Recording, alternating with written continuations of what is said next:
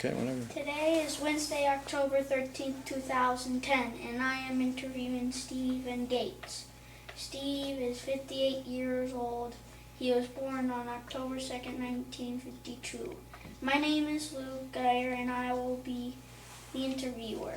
Steve Gates is an elder and a friend from church. Thank you. Steve, could you state for the recording what war and branch of service you served in? Yeah, I was in the U.S. Army. I was drafted. One of the last groups probably that went through the draft in the early 70s. I went in October, actually 38 years this month, October 26th or 7th. I think it was October 26th of 1972. Served 2 years. Got out in October 25th of 1974. So I served 2 years in the United States Army, again drafted. What was your rank? My rank ended up being a Spec 4, Specialist 4. That was kind of like an E4. You have your private 1 and 2s, and then you have a PFC, Private First Class. And then I went up to a Specialist 4, which next step up would have been a Specialist 5 or a Buck Sergeant. Where did you serve? Where did I serve? I served most of my tour of duty at Fort Hood, Texas, with A Troop, 7th Squad, 17th Cavalry, 1st Cavalry Division. How many years were you in the service? It was 2 years. That was how long draftees served, for 2 years. And then, of course, you had the option at the end of the 2 years whether you wanted to stay in and re-up for 4 more years or at a time, which I chose not to. I came home. So you served in the Army. I served in the Army. I was with, again, the 1st Cavalry, 17th Cavalry. Where were you living at the time? Actually, I was, before I got drafted, before I got my letter of induction into the military, I was attending Anderson College, which is now Anderson University in Anderson, Indiana. So I finished my freshman year, and then I went in the next year. I went into the military in October of '72. How did you happen to serve in this war? Again, that was because Uncle Sam called me to duty. That's what the draft is. I wasn't an enlisted man. In fact, when we went in, our dog tags had identification numbers, and my number started with a US. And if you were an enlisted man, they started with an RA. So that kind of distinguished how you came in by that fashion. What were you doing before you were drafted? Well, again, college, but then right before I was drafted, I went and worked construction until I was finally went into the service. And actually, that was in Strongsville, Ohio, up around Cleveland. Did anyone else in your family serve in the military? And if so, who? Okay, the only other persons were my father. He was in the National Guard, so that wasn't one of the main 4 branches of the military, but National Guard was a form of military mainly to help the nation in times of troubles and assist in wartime statewide or stateside. I do have a son-in-law, Gabriel. He's stationed in Albuquerque in the Air Force. He's a captain, and he's been in about 5 years, maybe 6 years, and he's had different tours, and a couple tours in Iraq and about 3 tours in Afghanistan. Can you tell me about adapting to military life? Well, when you get drafted, naturally it's wasn't your interest to go to the military, so naturally you go in not quite sure what's going to happen. And again, anytime you do something you're not really wanting to do, you kind of go in with a little hesitation. But it was basic training. I had basic training at Fort Knox, Kentucky. That was about 8 weeks accelerated basic training that we went through. And they just prepare you so that you learn how to handle weapons and be able to deal with combat situations. But it was a pretty hard 8 weeks because the weather was exceptionally cold and wet, and so we trained in a lot of hard weather conditions. So it was pretty strenuous. It was a lot of work, and also learning to be instructed to do what they tell you to do and act on commands. And it's quite a different change of life when you're not used to that. What was your physical regimen? Okay, the regiment, again, actually I brought some orders here. I still have my old orders. After basic training, I was assigned to Company D, 7th Battalion, 2nd AIT Brigade. That's where I went for a few weeks for clerical training, to be a clerical, and then I had requested additional training to be a flight operations specialist, and I got orders here that sent me to Fort Rucker, Alabama. I was assigned to the 41st Company, 4th Battalion, U.S. Army Aviation School Brigade for several weeks, and was trained to be a flight operations specialist, which prepared me for the job I did when I was at Fort Hood, Texas. I was assigned to, assigned to A Troop, 7th Squadron, 17th Cav, 1st Cav Division. Squadron means it was a fleet of aircrafts. These were helicopters. A Troop,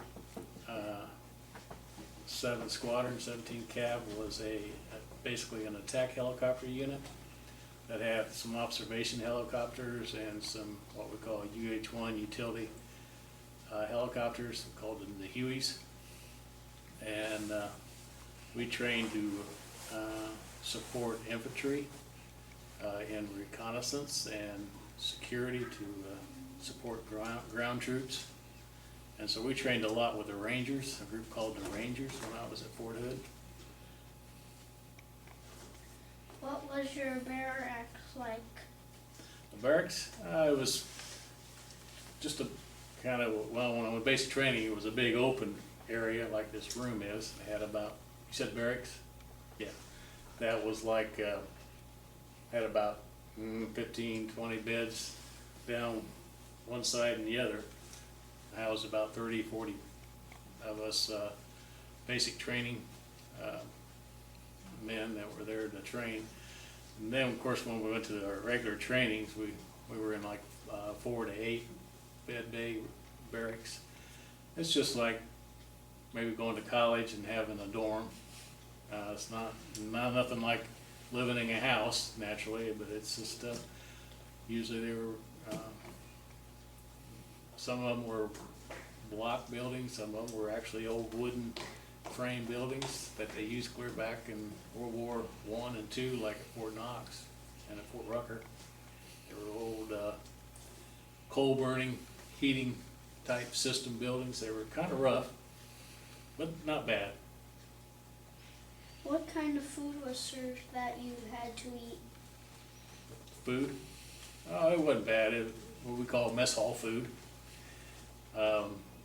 It was normally your typical fried chicken, mashed potatoes, or steaks and hamburgers and fries and eggs and bacons, and it really, for the most part, the cooks were pretty good.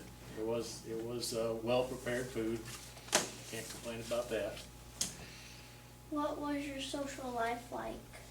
Well, when I was at Fort Hood, we was able to leave base, leave the Fort Hood premises. I went Fort Hood's near Killeen, Texas, which is just about 60 miles north of Austin, Texas. So I spent a lot of time in Austin, Texas, just kind of enjoying that kind of a city. Austin had a lot of places, the parks, and then we played a lot of flag football and baseball, things like that. What kind of training did you, how did you choose the branch of service you served in? Okay, I think we already covered that, didn't we? I was drafted. I think you might want to change your card around. How did you choose the branch of service you served in? Okay, what choose means, that's when I said I was drafted. That wasn't my choice, it was Uncle Sam's choice.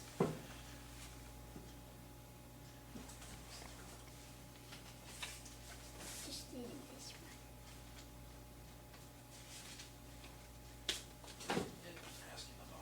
one. Did you have any friendships that formed while you served? Oh, yeah, certainly did.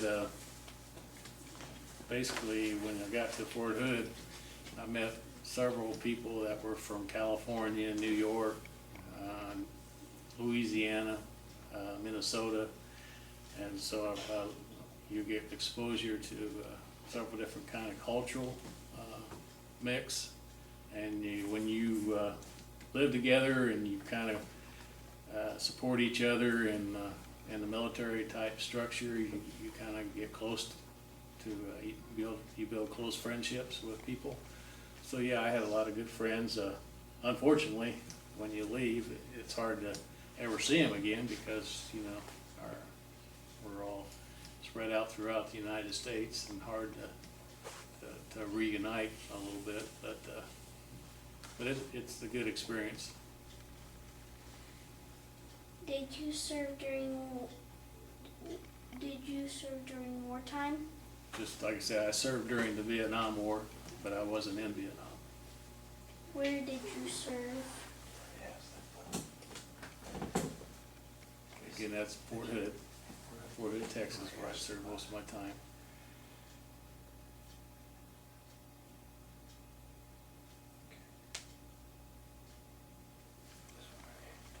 How did you stay in touch with those back home? Letters. Didn't do a whole lot of phone calls because I didn't have a telephone, but we wrote a lot. They wrote me a lot of letters. They sent me gift packages. My wife Connie, before she was my wife, she would send me goodies in a package. My mom would make things for me and send it to me, and send notes and letters.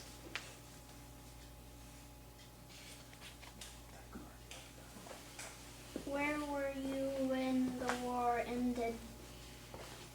Actually, I was serving.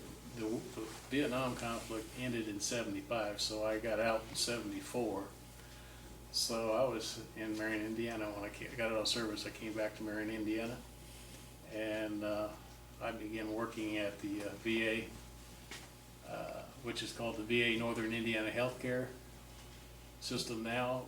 At that time, it was called the VA Veterans Administration Hospital. Then it changed to Veterans Affairs Medical Center, and now it's the Veteran Affairs Northern Indiana Healthcare System. I've been there 36 years. How did you return home? I drove home. I had a car in Fort Hood, Texas, so I actually drove home. Pretty simple. Since I was stateside, I had those privileges. How hard was it to return to civilization life? Not hard. Like I said, I'm eager to go back to it. So when you're not in a combat situation and you're doing most of your training in peacetime, it's really no different than working or going to school, or you have a little more freedom and liberty to live a normal structural life with maybe a little more responsibilities and not as much freedom. But I was, like I say, all my time was pretty much stateside, so it was not too much different than a normal life. Are you a member of any veterans organization? Basically, the only organization would be my employment with the Veterans Affairs, the Veterans Affairs. I work for the federal government. Actually, because of me being a GI, a veteran, I had hiring preferences, so that was why I was able to easily get onto the VA. At that time when I got out, building construction wasn't good, or a lot of the job market was similar to what they are right now. And so there wasn't a lot of jobs in Marion at that time, so I was fortunate to be able to get on to the Marion VA. Do you have any contact with fellow veterans? Just who those that I did go to basic training. I did go to basic training with a couple guys from Grant County. In fact, one of them worked at the VA also in the boiler plant, and he just recently retired about 3 years ago. And he lives in Fairmount where I live, so yeah, we still have contact with each other. How has being in the military affected your life? Actually, it turned out pretty good. I like I say, I was not planning on going to the military. I probably wouldn't have enlisted, but since I was drafted, I took advantage of the veterans benefits that were offered veterans for the time they served in the military. Again, like I said, I basically got my career started through that process with the VA.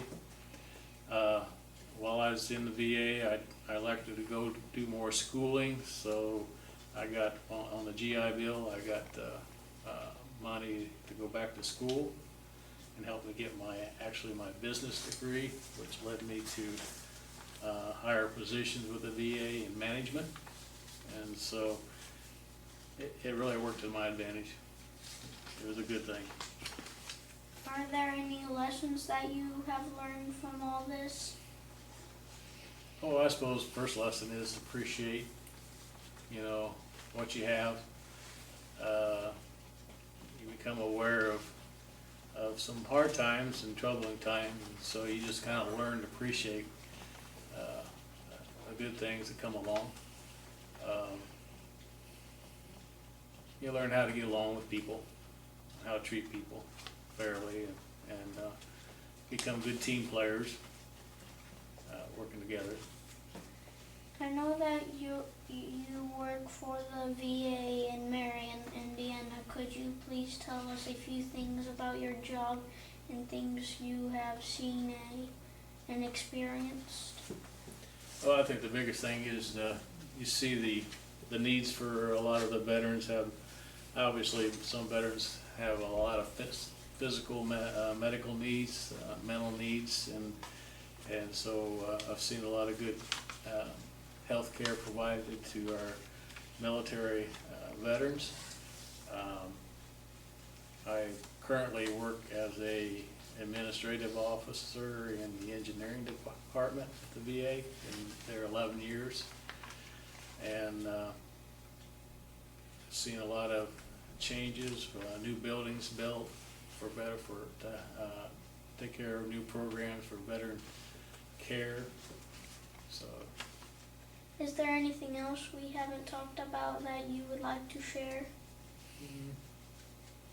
Not really. I just think pretty well covers most of it. I mean, my time of service was kind of typical for the average military person. Not everybody goes into combat situations, but everybody that's in the military is preparing in case they're needed to go into an operation such as Vietnam or Afghanistan or Iraq. So the country would be taken care of as far as what the government feels like we need to be involved with. So. Okay, thank you, Steve, for meeting with us and for your service to our country. My pleasure.